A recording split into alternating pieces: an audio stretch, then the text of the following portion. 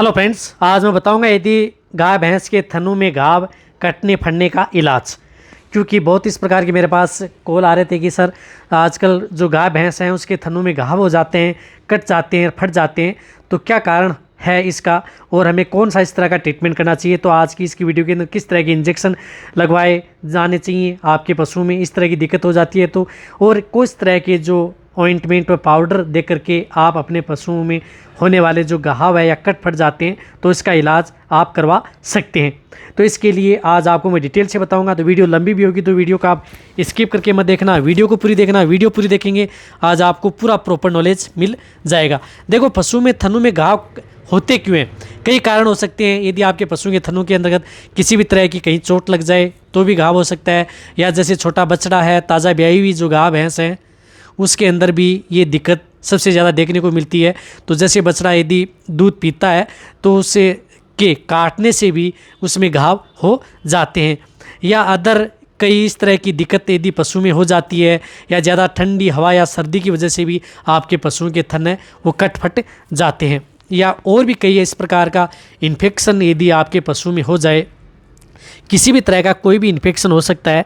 Infection कई कारणों से हो सकता है, वो किसी भी तरह का इन्फेक्शन हो, चाहे वो बैक्टीरियल हो, वायरल हो, या किसी बीमारी की वजह से इन्फेक्शन हो, या आपके पशु में फंगल इन्फेक्शन हो, उसकी वजह से भी आपके पशु के अंतर्गत जो गाय भैंस के थन कट फट जाते हैं। तो इसके लिए कैसा इलाज करना चाहिए, जो आपको मेरी टेबल के ऊपर जो ट्रीटमेंट दिख रहा है वह ट्रीटमेंट करके आप अपने गाय भैंस के थनों का घाव को रोक सकते हैं। देखो, सबसे पहले तो मैं आपको ये बताना हूँ कि जब यदि आपके पशु में हो जाए तो आप पोटेशियम परमंगनेट आती है जिसे हम लाल दवा बोलते हैं, इस पोटेशियम परमंगनेट को आप थोड़े पानी में डाल करके और उस थन को अच्छी तरह से धो लें।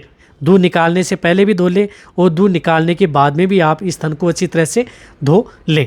और घरेलू इलाज के लिए आपको ये करना है कि यदि आप शुरुआत में यदि करनी है तो पोटेशियम परमंगनेट तो आपको लाना ही लाना है, या पोटेशियम परमंगनेट भी नहीं हो तो आप जो नीम की जो पत्तियां हैं उनको गर्म करके जो उसका पानी आता है तो उस पानी से भी आप पशुओं के थन को धो सकते हैं। उसको धोने के बाद में थोड़ा सरसों का तेल लेना है, सरसों का तेल लेकर के और उसमें थोड़ी गर्म कर लेना है और उसमें थोड़ी हल्दी डाल लेनी है, उसका भी आप लेप कर सकते हैं ताकि जल्दी घाव ठीक हो जाए। यदि सपोज करो आपने नीम की पत्तियों से यदि धो दिया, सरसों का तेल भी लगा दिया और उसके अंदर जो हल्दी है उसका भी आपने प्रयोग कर लिया, फिर भी पशु के थन हैं वो ठीक नहीं हो रहे हैं, तो आप जो ये ऑइंटमेंट का भी प्रयोग कर सकते हैं। जिस प्रकार से ये जिंक ऑक्साइड पाउडर आता है, इस पाउडर को आप जो पशुओं का जो ताज़ा घी होता है वो उस घी के अंतर्गत आप मिला करके और सुबह शाम आप इसको भी लगा सकते हैं। लेकिन कई बार इस तरह की दिक्कत यदि पशु में हो जाती है जिसके अंतर्गत जिंक ऑक्साइड, बोरिक एसिड या अदर और दिक्कत है चीज़ों की, जिसके अंतर्गत जिंक ऑक्साइड से यदि रिजल्ट नहीं मिल पाता है तो आप इस तरह की ऑइंटमेंट का भी आप प्रयोग कर सकते हैं। जिस प्रकार से ये कूल मेक है, लेकिन इसके अंदर जो साल्ट है वह ये जरूरी नहीं कि आपके पास कूल मेक ही हो, जिसके अंदर बोरिक एसिड भी हो, जिंक ऑक्साइड भी हो, सिट्रीमाइड भी हो, जो आपको आगे जो ये दिख रहे हैं इस तरह के साल्ट होने चाहिए, जो मैं कई वीडियो के अंतर्गत आपको इस कूल मेक को मैं बताता भी हूँ कि इस तरह की ऑइंटमेंट होगी तो घाव भरने में बहुत ही ज़्यादा हेल्प आपके पशु में मिलेगी। तो ये तो आप अपना घरेलू जो उपचार है अपनी जो गाय भैंस है उसका कर सकते हैं यदि आपके पशुओं के अंतर्गत इस प्रकार की दिक्कत हो जाती है।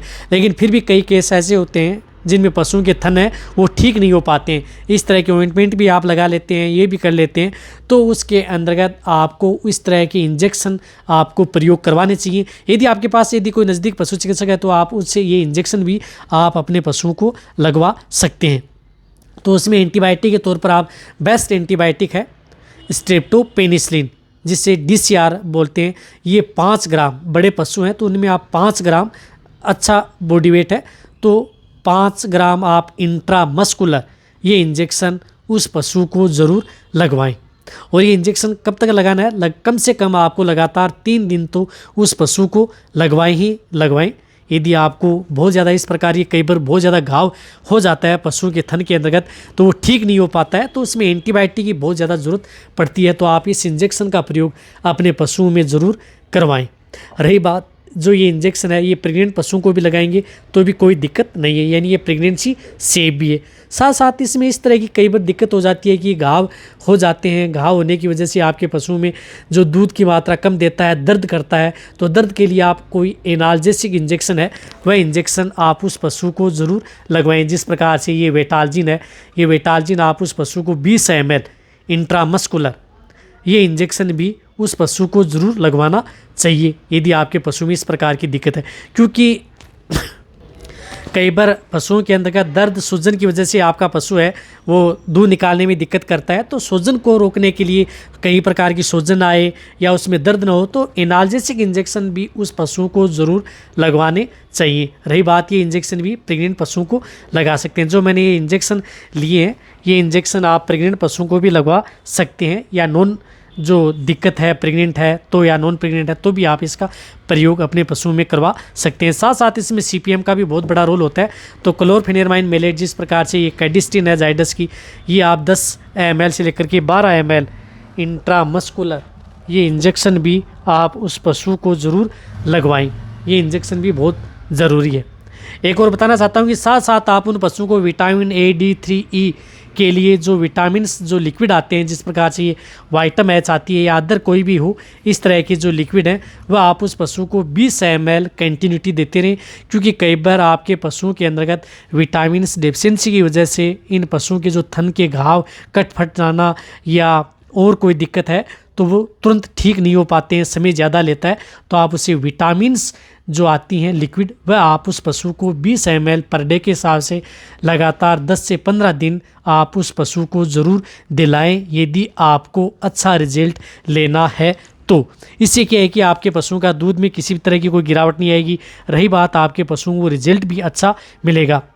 एक और बताना चाहता हूं कि आप अपने पशुओं के लिए साथ साथ अच्छा मिनरल मिक्सर भी देते रहें। कई बार आपके पशु में मिनरल डेफिशिएंसी और विटामिन डेफिशिएंसी की वजह से आपके पशुओं में थन या कटने फटने स्टार्ट हो जाते हैं। तो इसके लिए आप अच्छा किसी भी कंपनी का हो, कोई भी किसी भी कंपनी का अच्छा मिनरल मिक्सर पाउडर भी आप अपनी गाय भैंस का स्टार्ट रखें। अच्छा मिनरल मिक्सर, विटामिन्स और जो ये ऑइंटमेंट यदि आप प्रयोग करेंगे तो आपको बहुत ही अच्छा रिजल्ट आपको देखने को मिलेगा। इस तरह से ट्रीटमेंट यदि आप अपने पशु का करवाएंगे तो नहीं तो आपके पशु का दूध डाउन होगा। रही बात घाव भरने में भी आपके पशु में जल्दी ही हेल्प मिलेगी, और जो ज़्यादा दूध देने वाली जो गाय भैंस हैं उसमें किसी भी तरह की कोई दिक्कत भी आपके पशु में देखने को नहीं मिलेगी।